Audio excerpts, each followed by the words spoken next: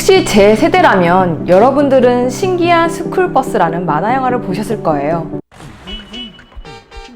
Seatbelts, everyone! Please let this be a normal field trip. With a prince? No way! Cruising on down Main Street, you're relaxed and feeling good. 너무 오래됐나? 물론 최근 만화 영화도 있습니다. 저기 얘들아, 차 안에서 소란스럽게 떠들고 장난치면 위험해. 과연 이 두 만화의 공통점은 무엇일까요? 네, 맞습니다. 바로 스쿨버스가 등장합니다. 그리고 이 스쿨버스는 모두 노란색이죠. 과연 왜 그럴까요?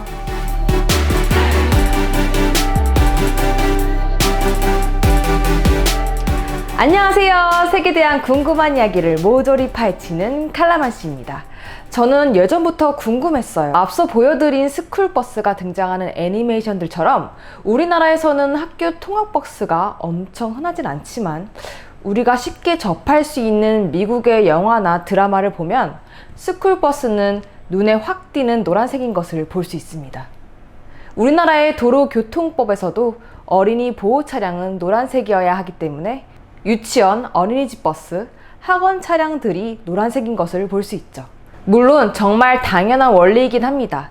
노란색은 검정색과 가장 크게 대비되는 색으로서 시인성을 극대화시킬 수 있어 대표적인 안전색으로 꼽히죠. 하지만 과연 처음부터 스쿨버스가 노란색이었을까요? 스쿨버스를 설명하기 위해서는 스쿨버스가 등장하기 이전인 19세기 후반으로 이야기를 거슬러 올라가야 합니다.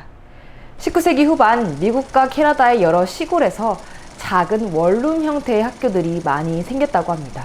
학교에서 일정 거리 이상에 거주하는 학생의 이동을 위한 교통수단이 필요했다고 하는데요. 당시에만 해도 자동차가 대중화되지 않았기 때문에 키드핵이라는 농장에서 이용하는 마차를 제조해 이용되기 시작했습니다. 여담이지만 당시에 말이 놀라는 것을 방지하기 위해 키드핵에 학생들이 드나드는 출입문을 뒤에 설치했다고 하는데 이 형태는 지금의 스쿨버스에서도 비상구용으로 그 형태가 이어지고 있다고 합니다. 20세기에 들어서면 키드핵은 많은 변화를 보이는데요. 바로 말이 없는 전동차의 형태입니다. 1915년 최초의 스쿨버스가 등장한 이래로 1919년부터 미국 전역에 스쿨버스에 대한 정부의 자금 지원이 시작되자 스쿨버스의 생산은 점점 확대되기 시작합니다. 그리고 1927년 당시 포드사 대리점의 소유주였던 알버트 루스는 최초로 강철을 사용하여 만든 블루버드 넘버1이라는 버스를 생산하게 되는데요. 이 블루버드 버스는 현재 미국에서 스쿨버스를 가장 많이 생산하는 제조회사 중 하나라고 합니다. 그렇게 해서 1930년대에 스쿨버스는 학생들의 안전을 위해 더 많은 발전이 이루어지는데 전국적으로 모든 버스들의 본체가 강철로 만들어지게 되고 안전 유리창이 도입됩니다. 그리고 많은 학생들을 태우기 위해 트럭의 형태에서 영향을 받은 디자인이 등장하죠. 그렇다면 스쿨버스는 처음부터 노란색이었을까요? 그 답은 아닙니다. 스쿨버스의 노란색은 자연적인 변모가 아니라 철저하게 계획된 미국 정부의 산물입니다.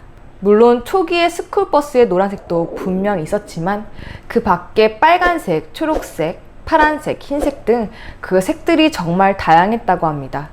이런 다양한 색들은 곧 학생들의 안전 문제로 대두되었고 표준화된 버스의 형태와 색이 없었기 때문에 버스 제조 회사들의 낮은 수익성과도 직결되었다고 합니다. 오늘날의 스쿨버스의 상징은 노란 스쿨버스의 아버지라고 불리는 교육자 프랭크 시르로부터 시작됩니다. 그는 1930년대에 미국 전역의 스쿨버스에 대해 조사하게 되는데 당시 스쿨버스가 온갖 종류의 색들로 이루어진 것을 알게 되었습니다.